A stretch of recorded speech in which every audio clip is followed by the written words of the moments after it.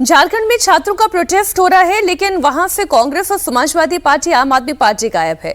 छात्रों के समर्थन में राहुल गांधी भी नहीं गए, अखिलेश यादव भी नहीं गए, अरविंद केजरीवाल भी नहीं गए। लेकिन दिल्ली के जंतर मंतर को लेकर संसद चलने आज तक नहीं दी जा रही। गृह मंत्री से संसद में आकर बयान देने की मांग पर अड़े हैं, तो वहीं समाजवादी पार्टी राम मंदिर चढ़ावा चोरी के मामले में संसद में चर्चा पर अड़ा है।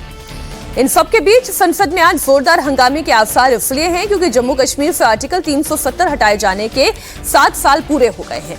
2019 में 5 अगस्त के ही दिन राष्ट्रपति की मंजूरी के बाद आर्टिकल 370 और 35 से हटाया गया था।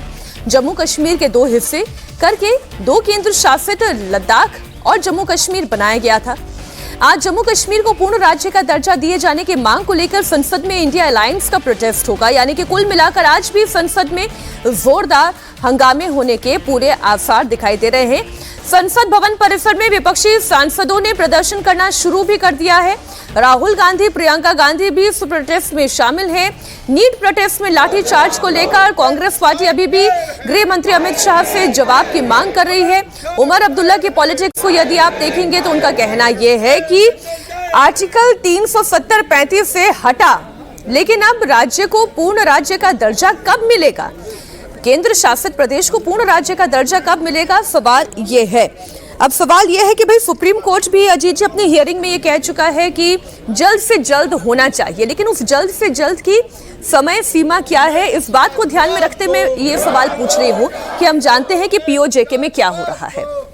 देखिए, ये उस बात से अभी जो शुरू हुआ पाकिस्तान अधिकृत कश्मीर में, वो चुनाव का मामला है, महंगाई, अर्थव्यवस्था का मामला है, वो शुरू हुआ। लेकिन भारत सरकार का दावा है कि अब जम्मू कश्मीर में सारी चीज़ें ठीक हो गई हैं, नॉर्मलसी लगभग बहाल हो गई है और ये ठीक भी है 90% से ज़्यादा। अभी हम आंकड़ा देख रहे थे, अभी 2-1 घटनाएं जो हुई हैं, प्रवासी मजदूरों की हत्या या एक हेड कांस्टेबल की हत्या को छोड़ दें तो मोटे तौर पर शांति है वहाँ।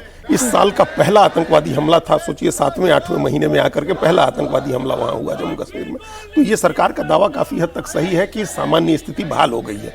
तो सामान्य स्थिति बहाल होने की ही तो शर्त रखी गई थी, बल्कि पहले ये शर्त थी कि चुनाव हो जाए, राजनीतिक प्रक्रिया चले। उस समय भी जो लोग वहाँ की पार्टियां हैं, पीडीपी हो या नेशनल कॉन्फ्रेंस हो, उनका कहना था कि आप पूर्ण राज्य का दर्जा बहाल करके चुनाव कराइए। उस समय कहा गया कि नहीं, पहले चुनाव होता है, लोकतांत्रिक प्रक्रिया पूरी होती है, सरकार का गठन होगा, फिर नए राज्य के पूर्ण राज्य का दर्जा बहाल होगा। तो अगर सामान्य स्थिति बहाल हो गई है, चुनाव हो गई, लोकतांत्रिक प्रक्रिया में शामिल हुई और बड़ी संख्या में लोगों ने भागीदारी की, बड़ी संख्या में, मतलब खूब अच्छा मतदान हुआ वहां के स्तर के हिसाब से, उसके बाद जब सामान्य स्थिति बहाल हो गई है तो पूर्ण राज्य का दर्जा बहाल करना चाहिए। ये सिर्फ कहना कि समय जब जल्दी से जल्दी होगा या स्थितियां सामान्य होगी तब हम करेंगे, इसकी कोई मतलब नहीं है, इसका कोई टाइमलाइन आप नहीं दे पा रहे हैं। और ये 6 साल हो गए, 7 साल हो गए, 7 साल में हम करेंगे, शुरू में 1-2 साल चलिए वो स्थितियां ठीक नहीं थी या सिक्योरिटी फोर्सेज को समय लगा सामान्य स्थिति बहाल करने में, आतंकवादियों का नेटवर्क खोज करके, स्लीपर सेल्स को खोज करके समाप्त करना, बॉर्डर पर से सिक्योरिटी मजबूत कर, वो सब कर लिया गया है। अब ये एक वहाँ के लोगों का विश्वास जीतने के लिए, उनको मुख्य धारा में शामिल करने के लिए ये जरूरी है कि इस मांग को पूरा किया जाए या सरकार की तरफ से एक टाइमलाइन दे दिया जाए कि भाई अभी ये स्थितियां अभी भी कुछ हमको लगता है कि ठीक करने की जरूरत है, उसके बाद इस समय हम कर देंगे।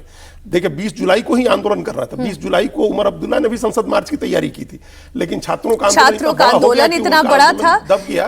तो ये अब 7 साल है, एक रिचुअल होगा कि आज सब लोग उठाएंगे, लेकिन वैसे उनका पैम्फलेट और उनका प्लेकार्ड कोई देख नहीं पाया।